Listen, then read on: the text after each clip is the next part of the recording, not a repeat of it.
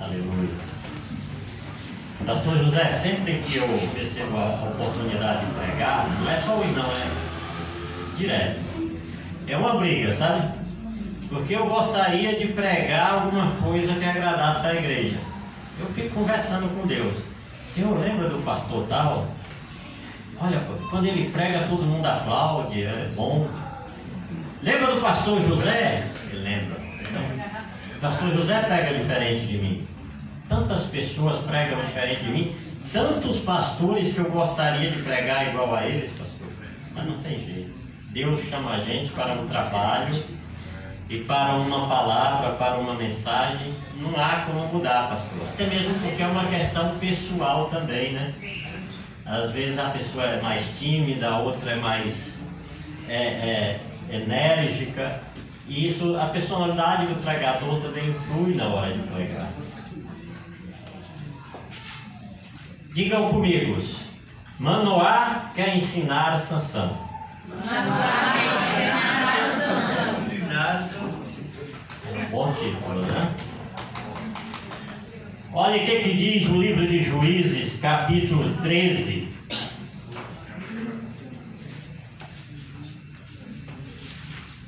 Eu vou ler bem rapidamente, amém, irmão? Depois vou ver o que o Senhor tem para nós aqui. Eu não vou pregar sobre Sansão.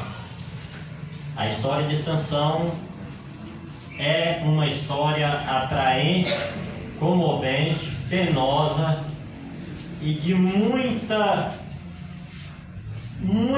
inspiração para pregadores. E também é uma palavra, uma passagem bíblica que tem muita lição para nós. Hoje eu não vou pregar sobre Sansão, vou pregar sobre a promessa do nascimento de Sansão, sobre o nascimento desse menino. Diz assim, olha: os filhos de Israel tornaram a fazer o que era mal aos olhos do Senhor, e por isso ele os entregou nas mãos dos filisteus durante 40 anos. Havia um homem de Zorá, da linhagem de Dan, chamado Manoá, cuja mulher era estéril e não tinha filhos. O anjo do Senhor apareceu a essa mulher e lhe disse: eis que você é estéril e nunca teve filhos, mas você ficará grávida e dará à luz um filho. Um filho, digam comigo, um filho. Um filho. Por isso tenha cuidado e não beba vinho, nem bebida forte, e não coma nenhuma comida impura, porque eis que você ficará grávida e dará à luz um filho, sobre cuja cabeça não passará navalha. O menino será nazireu, consagrado a Deus desde o ventre de sua mãe, e ele começará a livrar Israel do poder dos filisteus. Então a mulher foi a seu marido e lhe disse: um homem de Deus veio falar comigo, a sua aparência era semelhante à de um anjo de Deus, tremenda. Não perguntei de onde ele vinha e ele não me disse como se chamava. Porém, ele me disse: eis que você ficará grávida e dará à luz um filho. Por isso, não beba vinho, nem bebida forte, nem coma coisa impura, porque o mesmo será nazireu, diga nazireu, consagrado a Deus, desde o ventre materno até o dia de sua morte. Então Manoá orou ao Senhor, dizendo: Senhor, peço que o homem de Deus que enviaste venha outra vez e nos ensine o que devemos fazer com o menino que há de nascer. Deus ouviu a voz de Manoá, e o anjo de Deus veio outra vez à mulher, quando ela estava sentada no campo. Porém Manoá, o marido, não estava com ela. A mulher se apressou, correu e deu a notícia a seu marido. Ela lhe disse: eis que me apareceu aquele homem que falou comigo no outro dia. Então Manoá se levantou e seguiu a sua mulher. Quando encontrou o homem, perguntou: você é o homem que falou com esta mulher?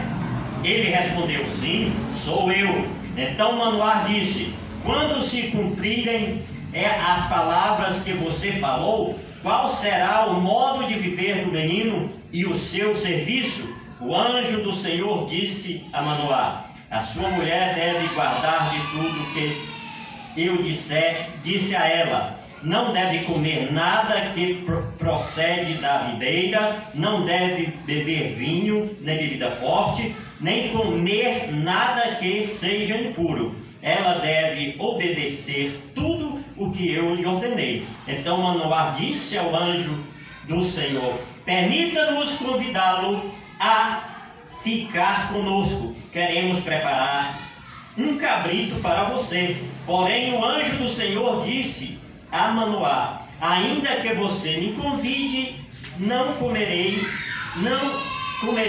a sua comida. Mas se você preparar um holocausto, ofereça-o ao Senhor. Diga: ofereça-o ao Senhor. Ofereça-o ao Senhor. Acontece que Manoá não sabia que aquele era o anjo do Senhor. Então Manoá perguntou ao anjo do Senhor: qual é o seu nome, para que possamos honrar você quando se cumprir aquilo que nos falou? O anjo do Senhor respondeu: porque você me pergunta pelo meu nome, que é maravilhoso. Diga: maravilhoso. Maravilhoso. Então Manoá pegou um cabrito e uma oferta de cereais e os ofereceu sobre uma rocha ao Senhor Deus, e ao anjo do Senhor o anjo do Senhor fez algo maravilhoso. Enquanto Manoá e a sua mulher estavam observando, aconteceu que enquanto a chama que saiu do altar subia para o céu, o anjo do Senhor subiu nela. Ao verem isso, Manoá e sua mulher se prostraram com o rosto em terra. Nunca mais o anjo do Senhor apareceu a Manoá, nem a sua mulher. Então Manoá ficou sabendo que aquele era o anjo do Senhor. Manoá disse à sua mulher: certamente vamos morrer, porque vimos Deus. Mas a mulher respondeu: diga aí, mas a mulher respondeu: se o Senhor Deus quisesse nos matar, não teria aceito de nossas mãos o holocausto e a oferta de cereais, nem nos teria mostrado tudo isso, nem nos teria revelado essas coisas. Depois a mulher deu à luz um filho e lhe deu o nome Sansão. E o menino nasceu, e o menino cresceu, e o Senhor abençoou. E o Espírito do Senhor começou a agir nele em Mané, Dan, entre Zorá e Estaol. Diga assim: e o Espírito do Senhor começou a agir nele. Diga aí de novo: o Espírito do Senhor começou a agir nele. Amém. Agora vocês leram o capítulo todo da Bíblia, viu? Quem nunca tinha lido, levante a mão. Quem nunca tinha lido uma passagem toda da Bíblia assim, levante a mão. E essa passagem, quem nunca tinha lido? Pois é. Agora vocês leram. Eu já preguei para vocês, não já? Já li a palavra de Deus. Então, vamos pedir que Deus ilumine a mente do pregador e fale alguma coisa que Deus quer para hoje, para o nosso dia a dia. Aleluia! Amém? Moisés e Josué foram os dois primeiros juízes. Quando eles saíram do Egito, saíram sob a direção de Moisés. E Moisés dirigiu o povo pelo deserto em um caminho de 500 quilômetros. Há quem diga que por causa de 40 anos que eles perderam por sua obediência, eles rodaram mais de 1000 km em volta. E Moisés morreu, então Josué foi levantado no lugar de Moisés. Eis aí o segundo juiz. A Bíblia nos fala do livro de Juízes contando apenas com 12, mas foram 14. Amém? Contando com Moisés e Josué, foram 16. Foram 12. Sansão é o juiz de número 12. Depois dele teve Eli. E depois dele teve o profeta Samuel, que foi o último juiz. Daí para frente foi uma monarquia, começando em Saul até Joaquim, lá no final. Não é esse o assunto. O povo, depois da morte de Josué, começou a pecar, a desistir de Deus, como alguns de nós aqui faz. Quando temos muita coisa boa, o povo tinha herdado a terra, Josué já tinha repartido a terra ao povo. O povo tinha deixado a Deus e seguido o caminho dos ídolos. Deus havia dito para que o povo não se associasse às outras nações. Ao contrário disso, eles deram os seus filhos para casarem com as filhas deles, e as filhas deles para casarem com seus filhos. Eles amaram aos ídolos deles, eles fizeram amizade, eles não expulsaram o povo. A terra de Canaã, ela foi conquistada na época de Josué, ali as guerras de Canaã. Eles conquistaram todo o centro da Palestina, ficava simplesmente em alguns pedacinhos, tipo um pedaço do Paraná, um pedaço do Amazonas, um pedaço do Ceará. Mas era para eles ter subjugado todo o povo. Eles desobedeceram. Isso lhe foi mal, porque esse povo começou a crescer, e em vez de eles influenciarem este povo, eles influenciaram o povo de Deus. Então, queridos irmãos, primeira lição: se você habita no meio de ímpios e anda braço dado com eles, na tentativa de ganhá-lo para Cristo, cuidado, isso é uma falácia. Pode ser que ele influencie você. Isso nunca foi verdade na Bíblia e nem vai ser hoje. E esse povo cresceu, e depois de eles terem pecado, enfraqueceram, e esse povo começou a subjugá-los.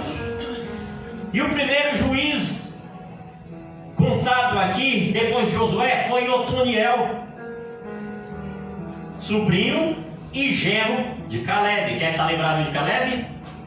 Todos nós lembramos. Otoniel levantou-se para julgar, porque ali começou a opressão deste povo que tinha ficado e que já tinha se multiplicado e que estava oprimindo os filhos de Israel, agora chamado eles de mesopotâmicos, que era uma partezinha da Síria ou Arã. Otoniel, Deus o levantou para julgar. Agora, por que, pastor, que Deus levantou para julgar? Porque diz a Bíblia que o choro, o pranto, a dor desse povo era tão grande que incomodou a Deus. E quando o povo orou, Deus levantava juízes. E quando levantava o juiz, Deus dava socorro a esse povo. E quando Deus dava socorro a esse povo novamente se esquecia de Deus e novamente era subjugado por outro povo. E Deus levantava outro juiz. E foi assim por 14 vezes. Então bata aí no seu coração e diga: cuidado, coração. Não deixe que ele te traia. Você, irmão, e eu temos a tendência de pecar, pastor José. Nós, a família de Deus, a igreja do Senhor, temos a tendência de pecar. E o pastor Gilson falou uma coisa aqui dentro da mensagem. O que ele disse? Que as igrejas estão fechando as portas.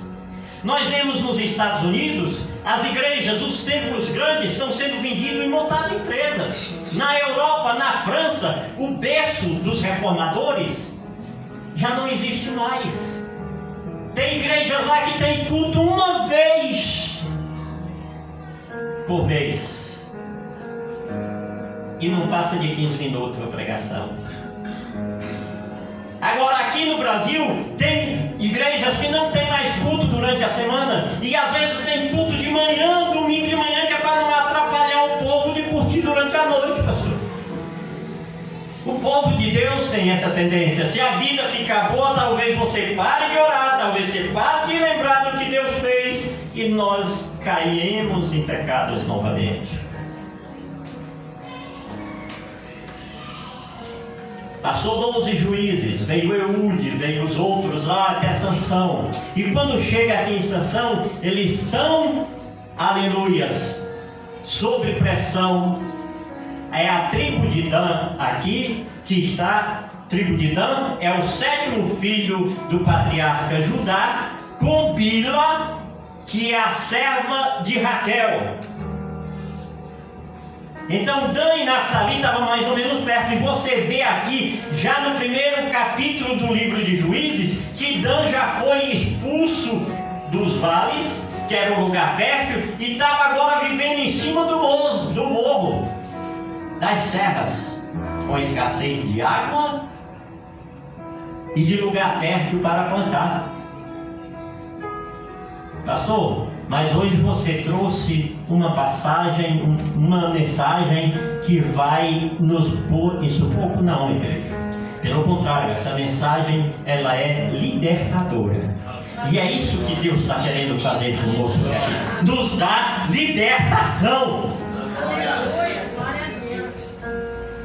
E aqui, a tribo de Dan está fugindo dos filisteus. Eles estão gemendo. Eles estão chorando. Eles estão sendo perseguidos. A Bíblia diz que por causa disso, Deus entregou a eles nas mãos dos ladrões e dos roubadores. Eles plantavam, eles iam lá e roubavam o que eles plantavam. Eles trabalhavam, eles criavam, quando eles iam olhar, não tinha nada. É por isso que você vai ver o juiz Gideão molhendo trigo no lagar. Ou seja, ele estava tão escondido que ele não molhia o trigo no lugar do trigo, mas ia moer no lugar das uvas, que era para ninguém ir lá roubar o que era dele. Mas Deus ouve a sua oração. Deus ouve a nossa oração.